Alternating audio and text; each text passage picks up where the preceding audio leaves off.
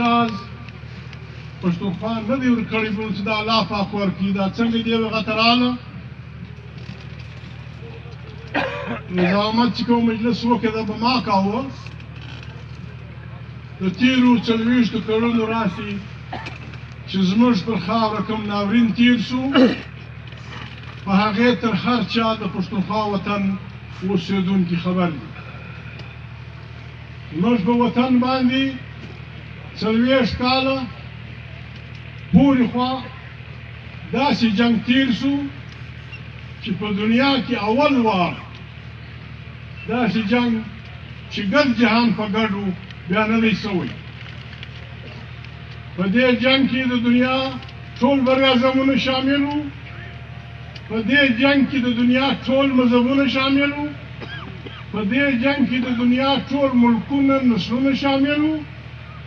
په دې جنګ کې هغه خلک هم شامل وو چې خدای مانه یا یې نه مانه نعوذ بالله دا ټول په افغانستان جنګ افغانستان راننوتل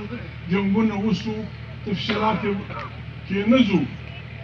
د چمبه مماسې وه نوره هره وسله زموږ پر وطن وکارېدله سکیم یو نسل دی د انسانانو د دنیا پر سر اوسي الاسکا ورته وایي په واورو کې ژوند دی خپلې ګاډیانې په پسو په سپیو کشي د سکیمو ماسې وه نور په وطن کې هر چا خپل زور وازمایه چا د ملګري په معنا چا د مخالف په معنا هېڅ چا د موږ سره کول ونه پاله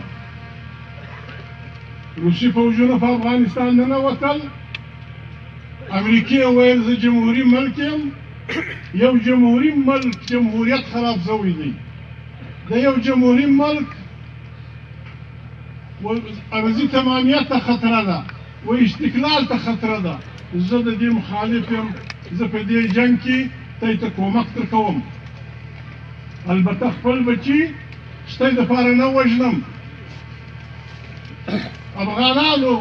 نه لیکلې معاهده ورسره وکړه چې بچیان زموږ دا ډېرې دي پر وطن د زمانو موږ قربانۍ کړي دي بیا به د راغلې ده پروا نه لري څه به نور ورکړو 6 بلیونه ډالر امریکې د وسلې په شکل د پیسو په شکل د پلاني په شکل ورکړل او زموږ وطن د دنیا د مستو سانډانو میداني جنګ بیا روسیان دې ته اړ شول دنیا مجبور کړل بیا سره کښېنستل جنیوا کې معاهده وشوه دا تفصیلاتو بیا نور مقررین بیان کړي روسیان ووتل امریکې هغه پښتو له افغانانو سره نه وپالله تا ویل تا ویل د افغانستان استقلال په خطر کې زه راغلی یم تا ویل زه جمهوري افغانستان جوړوم امریکا پر یوه خوا ووته روس پر یوه خوا ووت امریکا پر بله خوا ووته او زموږ وطن یې لیوان ته حواله کړي زموږ د وطن کورني جنګونه و دا هلته ورسېدو بیا د بیماپ چې د انسانانو غوښو سپیو خوړې بیا د خدای پاک کارونه دي په امریکا کې یو چا یو دوه بریجان ونړول بیا امریکې مخه راوکړه دا راویښه سوه موږ ورته ویلي وو چې زخمي افغانستان مه پرېږده د دې سبب بلاوې راوځېږي دا به جهان ته اور واچي د کفار ملا په اذان وایي څوک روژه نه ماتوي زموږ خبره چا نه منله بیا د دې سزا